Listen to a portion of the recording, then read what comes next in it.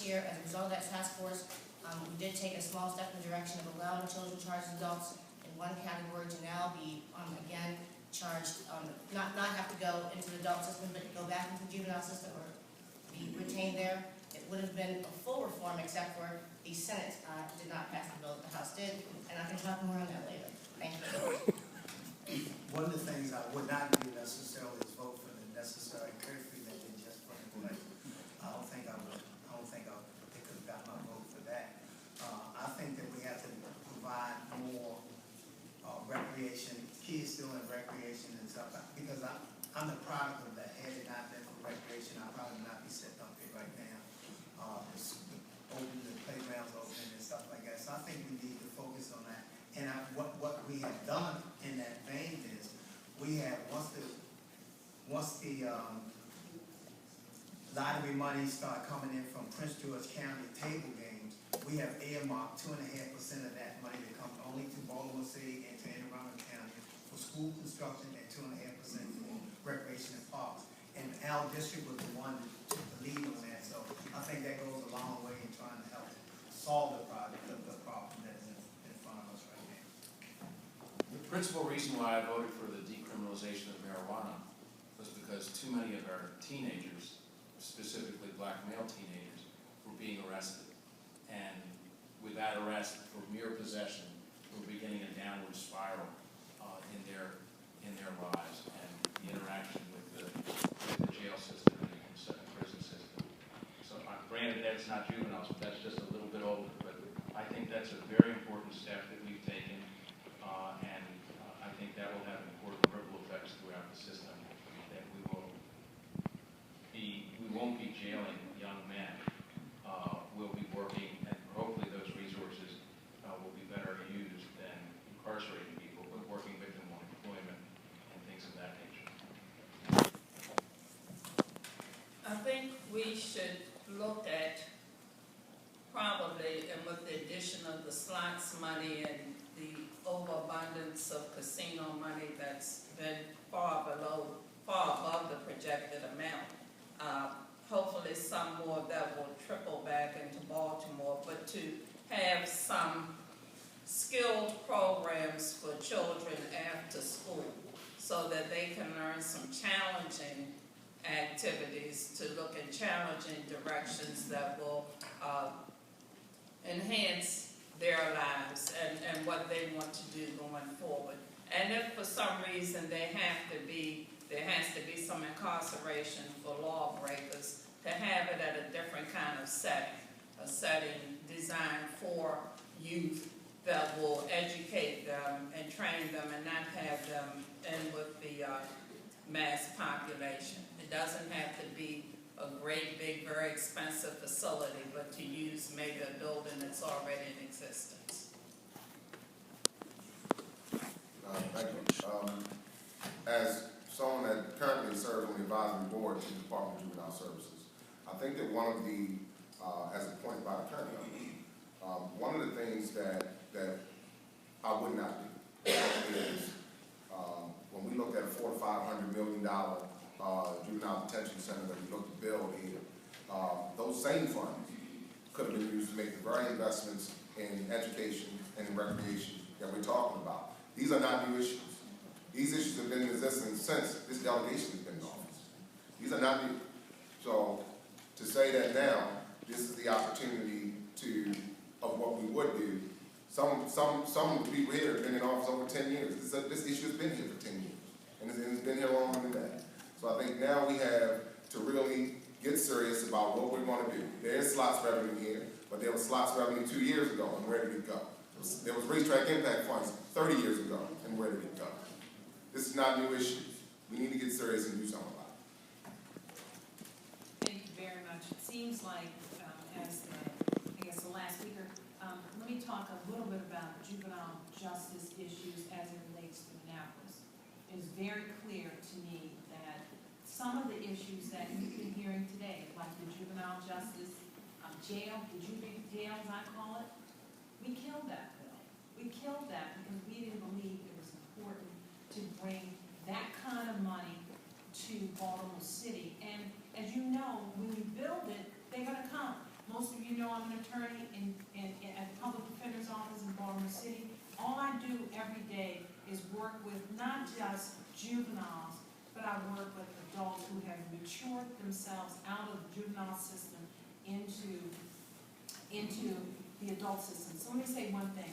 We need to come up with a way that we can stop the bleeding of our children in Baltimore City.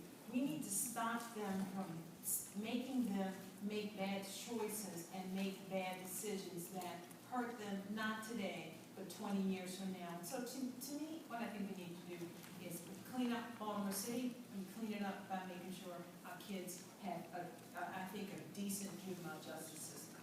Thank you. Expression. Start with Ms. Jones.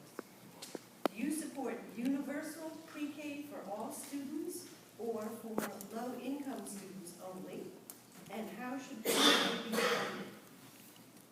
First part is easy, yes. I do think it's for all kids, with emphasis especially for underprivileged. Now, how exactly are we gonna fund it? Again, it's some of those same resources that we have now. We go down to Annapolis once a year, and we have to look and find ways to actually fund those programs. I am not in favor of more taxes on the individual. Again, looking at the corporate tax structure, and looking at also the, not only looking at the tax structure, but looking at the ones that pay no tax. Some of the nonprofits, we need to look at that more, a little more careful in reference to who is paying and who's not. And that's the one, because there is really no new money per se, so we need to kind of like look at what we have. My number one priority, if you feel I should go back to Annapolis for another term, is expansion of pre-K, universal pre-K. Last year, I introduced legislation with Senator Bill Ferguson to provide for a competitive grant process, a competitive grant program to find out, to get a better sense of what are the best ways to provide pre-K. The governor, the O'Malley Brown administration made that their bill this year, and it passed, and there's $4 million in the budget for expansion. But we need to make that available for every 4-year-old whose parents want them to go to either a public or a private pre-K setting, and we need to make sure that that is a quality pre-K program. There's an evaluation as part of the bill that we passed this year. This is a permitted use of slots money. Close to half of the slots money goes into the education trust fund, and with the increase in revenue, the opening of the Baltimore facility late this summer, and then 2 or 3 years from now, the Prince George's facility, I believe that that would be ample funding for us to have universal pre-K in the state. I believe in universal pre-K for all children. Our children are coming into the school system already falling behind other groups, other children. They need to start off with universal pre-K all day long so that they can come in to the system in a learning mentality, so that can lead to quality programs going from grade school on up through high school, so that children can graduate, not just graduating and passing, but graduating to succeed in whatever they do after high school, whether it's college, vocation, a trade, or whatever. It needs to start with pre-K and work its way up, a pipeline for higher education, quality education programs. Well, I think that when we look at universal pre-K, we have to look at what it does, what the effect is it on the child. When children at 4 years old learn, or in a learning environment, their vocabulary is vastly expanded, which means that as they grow older, they have more opportunities to learn at a different level than had they not gone to pre-K. I went to pre-K. Not that I'm that example, but but it does work. So when we look at what the effects of our children are that don't go through pre-K and the ones that do, and there are studies out there that say what those numbers are. I think that that's what we have to look at, where we make the investment. How we make that investment I think we have to be creative with that. I don't think slots revenue can pay for everything. I don't think we should leverage the future of our communities and our children, particularly on slots and on gambling. I think it needs to be a part of the budget. We need to make it a part of the budget that is dedicated the same way recreation centers used to be. Pre-K education is, I think, the first step towards making sure young people are successful in life. It is important. When you think about the number of words the average child knows when they start kindergarten, pre-K has something to do with it. Now, I know that that's true, but I will tell you, I'm not a product of pre-K, partly because my mom was a teacher, and she was at home every day. So while teaching is, or school is important to my family and to my experience, I didn't have any of that. I just had school 24/7.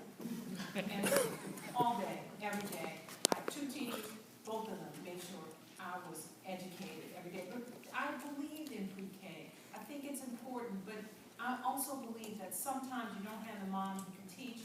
Sometimes you need to give parents and families guidance. And so perhaps it's pre-K, and I think it ought to be a line item put into the education budget. So.